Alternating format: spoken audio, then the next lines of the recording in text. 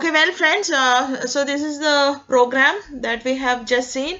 Write a Java program that correctly implements producer-consumer problem using the concept of inter-thread communication. So this is the class queue, which I have explained to you.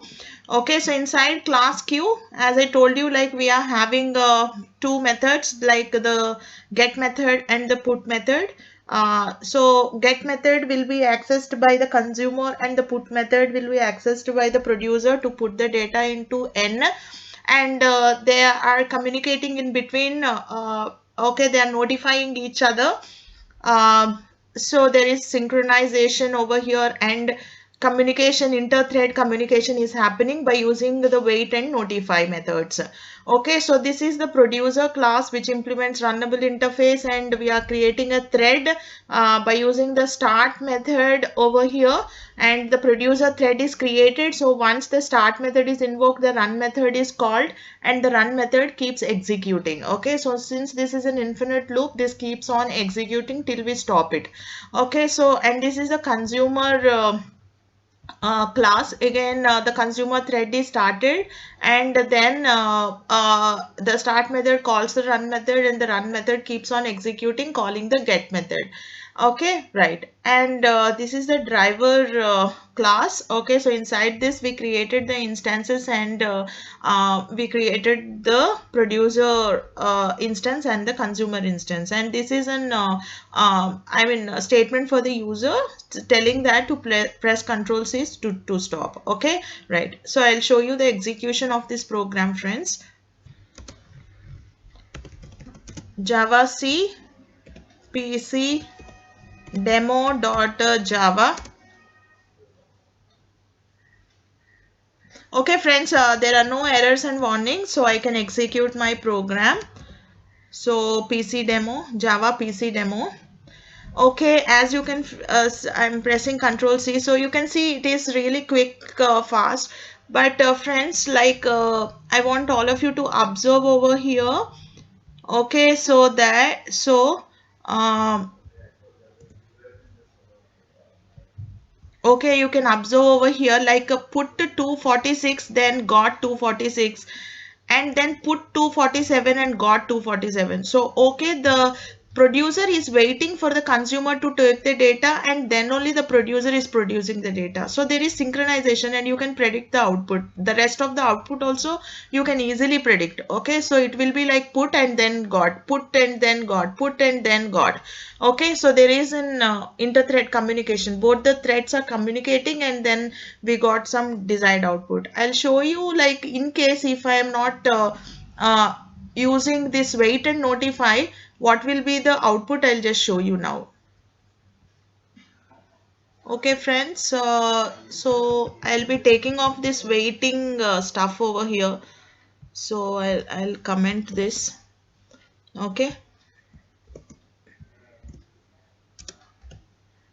So, and here there won't be this flags also. Okay, so here also I don't need any flag. Okay, and inside put also, so there is no wait. So I'm taking off this waiting statements, and I don't require this flag also. I don't require this notify also. Okay, and here also I don't require this notify. Okay, friends. Okay, so we'll try to execute this, and I'll show you the output. So okay, so I'm executing it. So Control C. So here, friends, so it is very clearly visible. Since I'm not using this wait and notify, you can see that put 226 and put 226, then got, and then put 228, got 228, then put 229.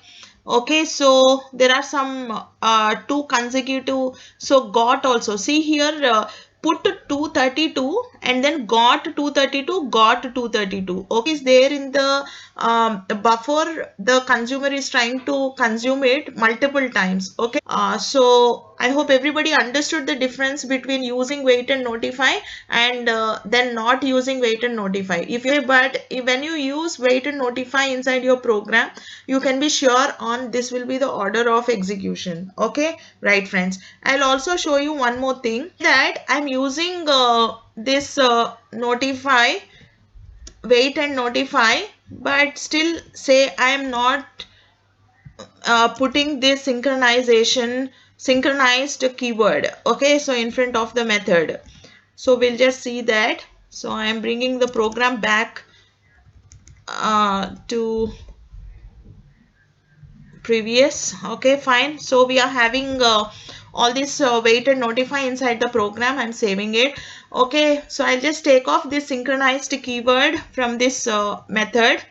Okay, I have taken it. One thing is enough, so I am just taking off. So see here friends, so there is no synchronized keyword in front of get, but get is using wait and notify in it. Okay, so we'll try to execute this. So I'm compiling it once again because I made changes to the program. So I have compiled it. So we'll execute the program. See friends, it is showing that illegal monitor state exception. So you have to use this wait and notify only from a synchronized method. Okay. We'll take a quiz. So I want all of you to take a quiz. These are some of the very important interview or the Viva questions. So I want all of you to take the quiz.